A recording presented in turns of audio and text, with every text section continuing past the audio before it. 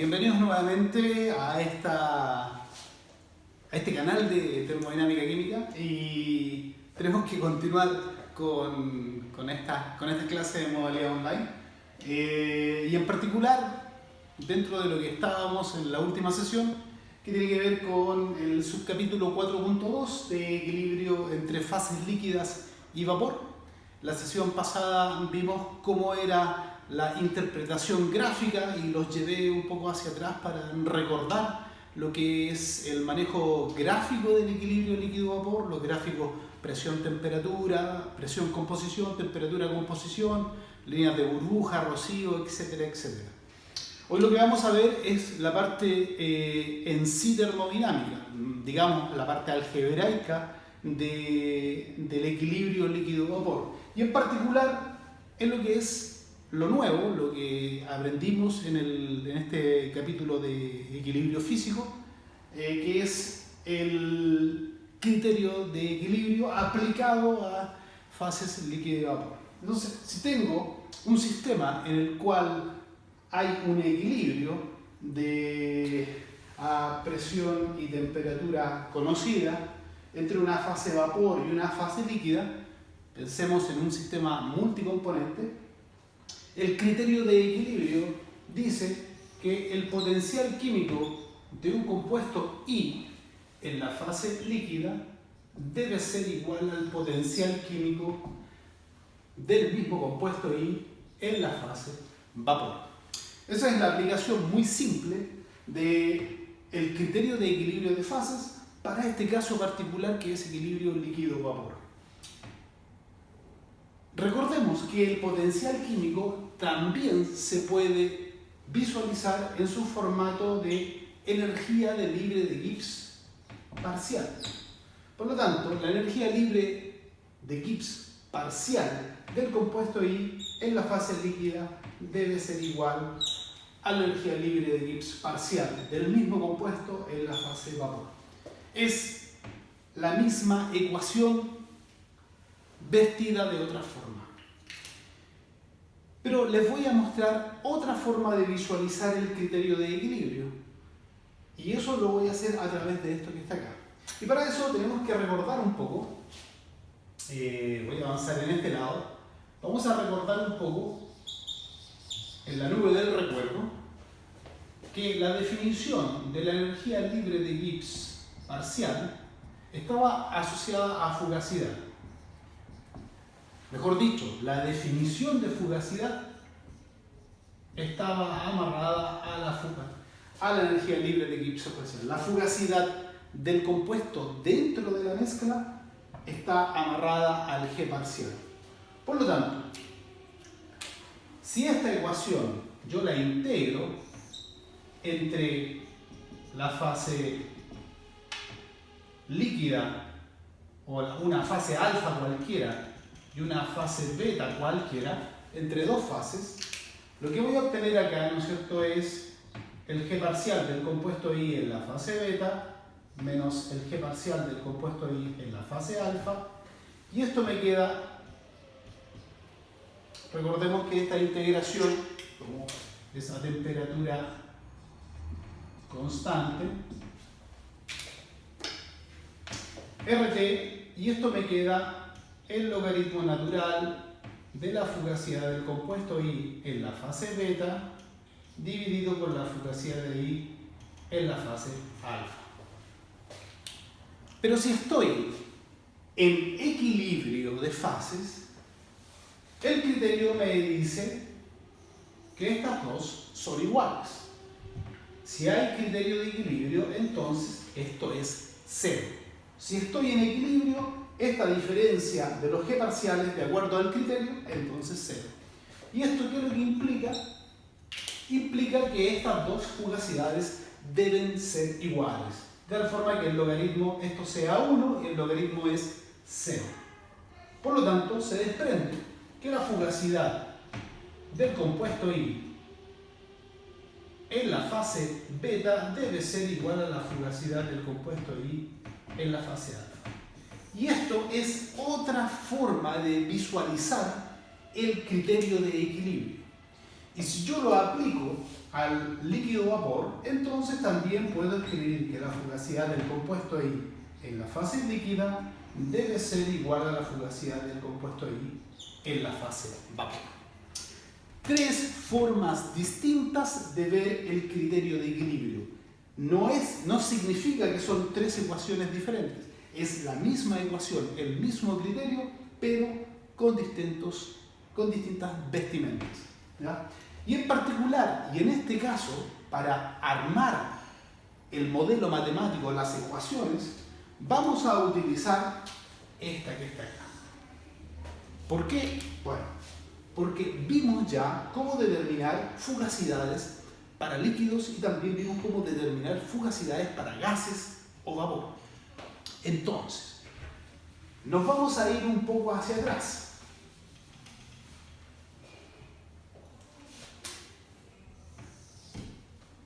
Nos vamos a ir nuevamente a la burbuja del recuerdo y vamos a ir al capítulo donde vimos fugacidades de gases.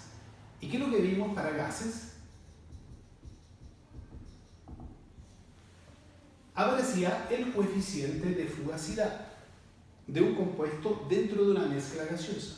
Y ese coeficiente estaba amarrado con la fugacidad del compuesto en la fase gas o en la fase vapor.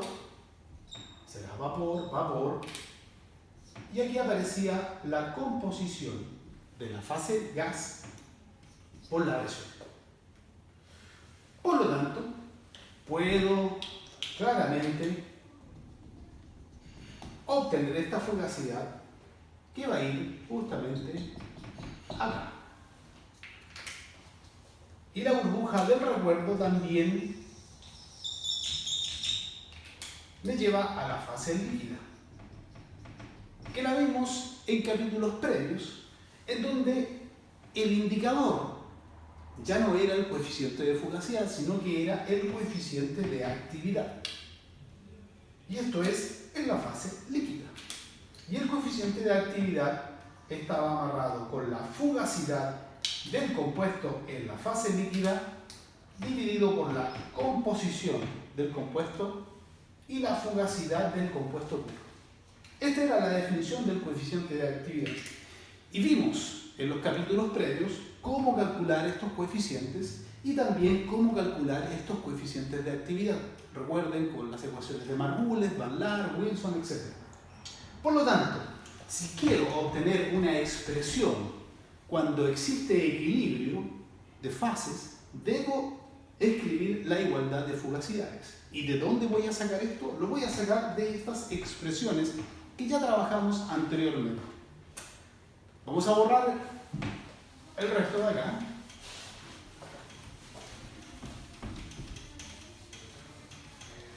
Y vamos a escribir entonces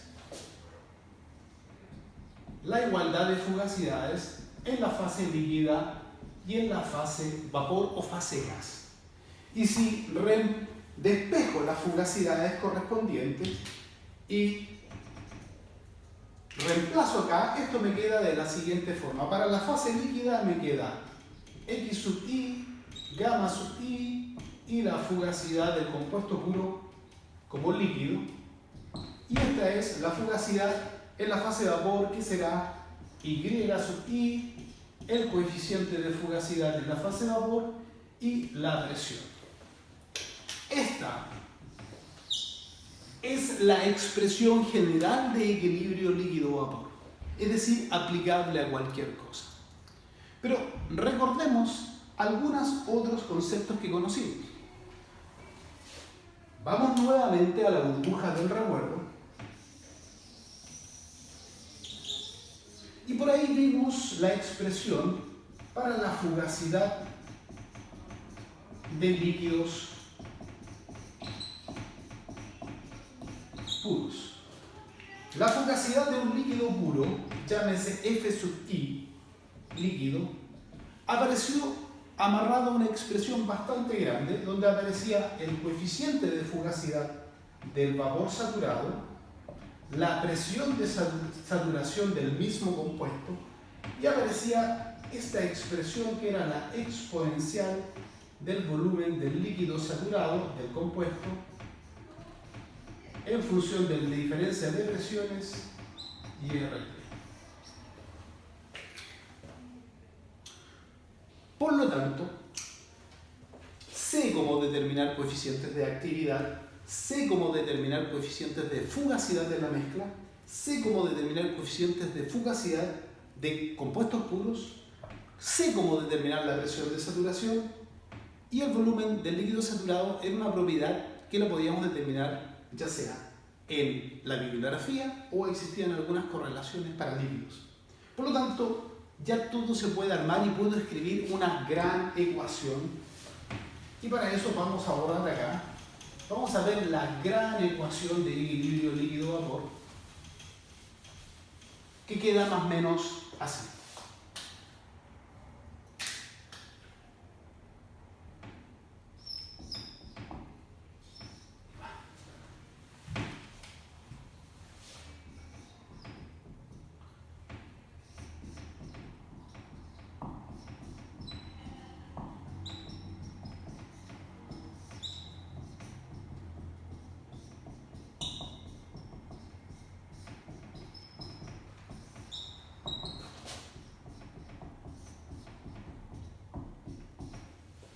Esa es la gran ecuación.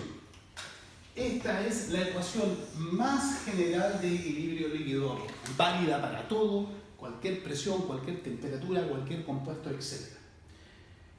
Pero, como todo en los cursos de termodinámica, podemos hacer algunas suposiciones para ir simplificando. El primer supuesto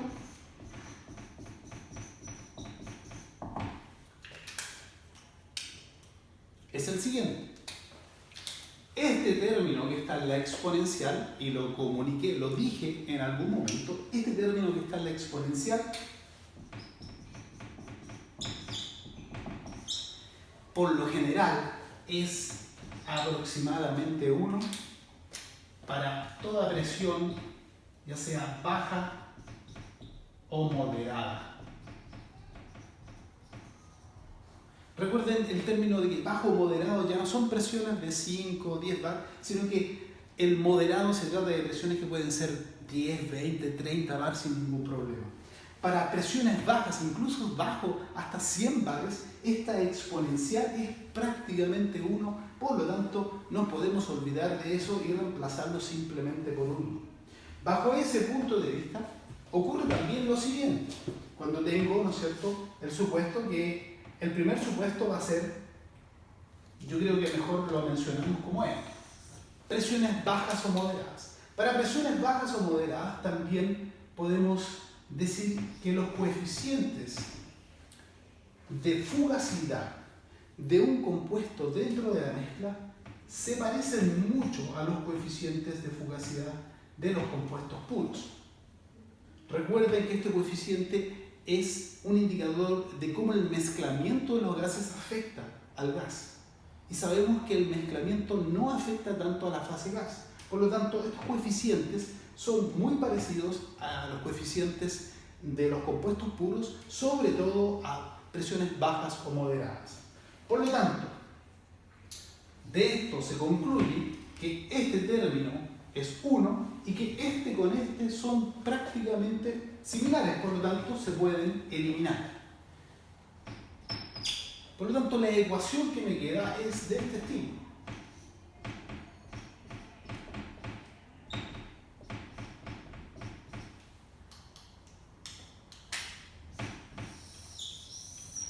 Y esta es la ecuación que vamos a privilegiar en todos los cálculos que realicemos. Porque esta es la ecuación que representa a la fase líquida en su formato más real, porque está el coeficiente de actividad, que es uno de los problemas que teníamos antes. Pero sabemos ahora, ¿no es cierto?, que es la fase líquida la que en general es la menos ideal, producto de las interacciones. Y por el otro extremo sabemos que la fase gas en general se comporta más o menos ideal, ¿no es cierto? Por lo tanto, si estoy a presiones bajas o moderadas, esta gran ecuación perfectamente se puede trabajar de esta forma con muy buenos resultados. Pero existe otra suposición más, y que tiene que ver cuando suponemos aparte de que la mezcla líquida es ideal. Y si yo supongo que la mezcla líquida es ideal, entonces, en un segundo supuesto,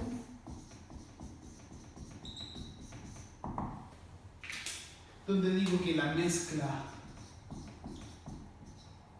líquida es ideal, entonces todo coeficiente de actividad resulta ser 1. Y si el coeficiente de actividad resulta ser 1, entonces el criterio de equilibrio que tengo acá me queda